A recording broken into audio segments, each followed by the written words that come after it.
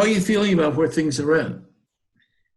It's definitely a really interesting time. I think for most people, no matter whether, what age group you're in, this is pretty unprecedented. So I think it'll be a very kind of monumental, life-changing experience that we'll look back on. And I think it has definitely had its fair share of challenges, but also hopefully some opportunities to reflect and kind of figure out where we go from here. That there's just a lot of unknowing bringing about a certain loneliness. I don't know. Do you sense any of that with people you're in contact with? I think so to some extent. I think, obviously everyone is probably feeling some degree of, maybe disconnection, being so socially distant. I think specific to the 20s and 30s group, I think one of our greatest strengths and things that we talk about a lot is that people in Charlotte come from all over the place to come and live here. Maybe they didn't grow up here, maybe they did, went to school somewhere and then come to Charlotte. So I think that's awesome to form kind of our own unique sense of community. But I also am sure that it's difficult for people being away from their families and maybe not as close to relatives or other people and not as free to travel and see them as they normally would. So I definitely agree. I think there's probably to some extent some anxiety and loneliness from just feeling disconnected from your normal group of people if those people are not necessarily where you're living.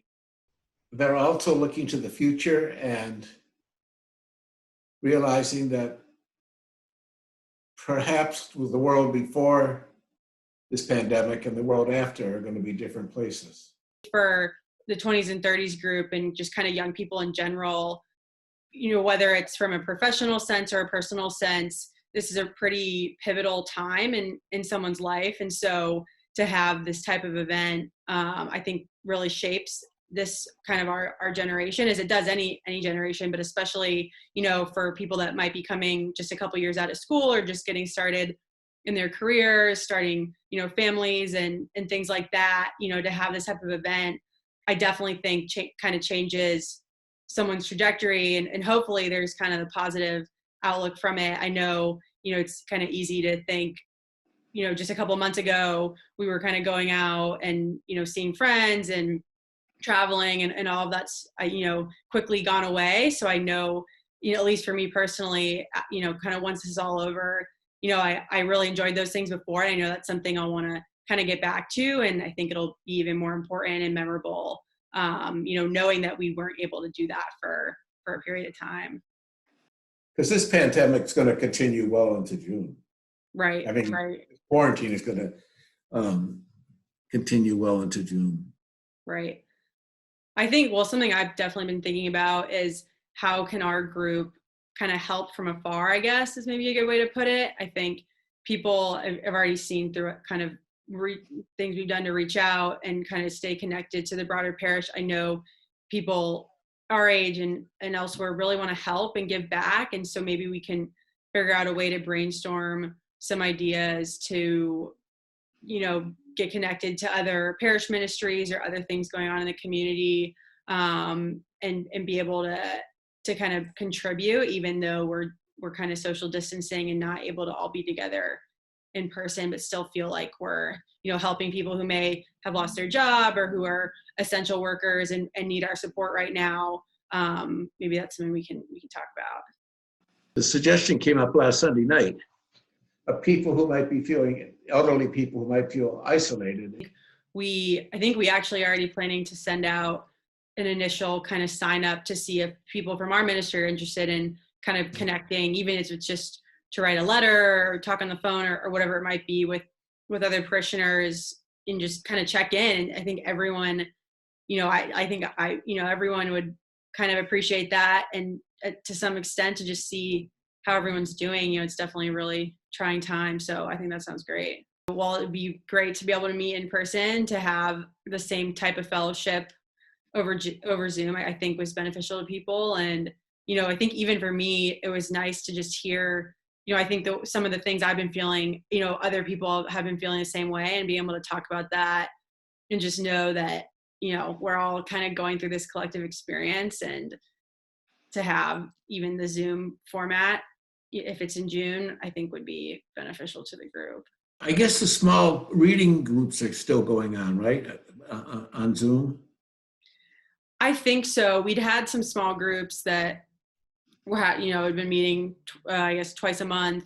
And I know at least one of them is still meeting, I think in a virtual format. So that's another nice way that people have been trying to stay connected. And I think too, in the future, even I think we could expand that, and, maybe it's just the Zoom event we have once a month, or even kind of a more social format to just check in. Maybe it's twice a month and just see how everyone's doing. I think it's nice to see people, because normally you go to mass on the weekends and just casually, talk to people. And I think, that's definitely missing right now. So I think the virtual format can be a nice way to kind of still have some of that. You've done a great job at keeping the organization alive during this Thank you. challenging period. Thank you. As I said, you've got natural leadership skills. Thank you. Well, I mean, it's definitely a passion of mine, and it's honestly, during this time, there's so many things, right? You can't go anywhere, and I found like my involvement with the 20s, 30s, that's what keeps me going, and it's something that I look forward to. I'm still able to participate in, even if it's just virtually. So it's been a silver lining. Service project coming up.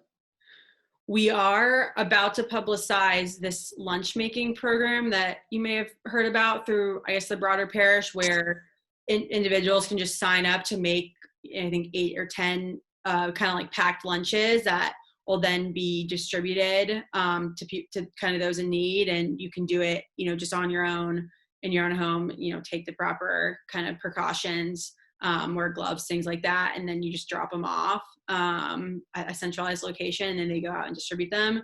So, we'll publicize that to the group. And I think that'll be kind of like we talked about, a good way for people to stay involved and feel like they're kind of giving in service, even though we can't do a bigger coordinated event.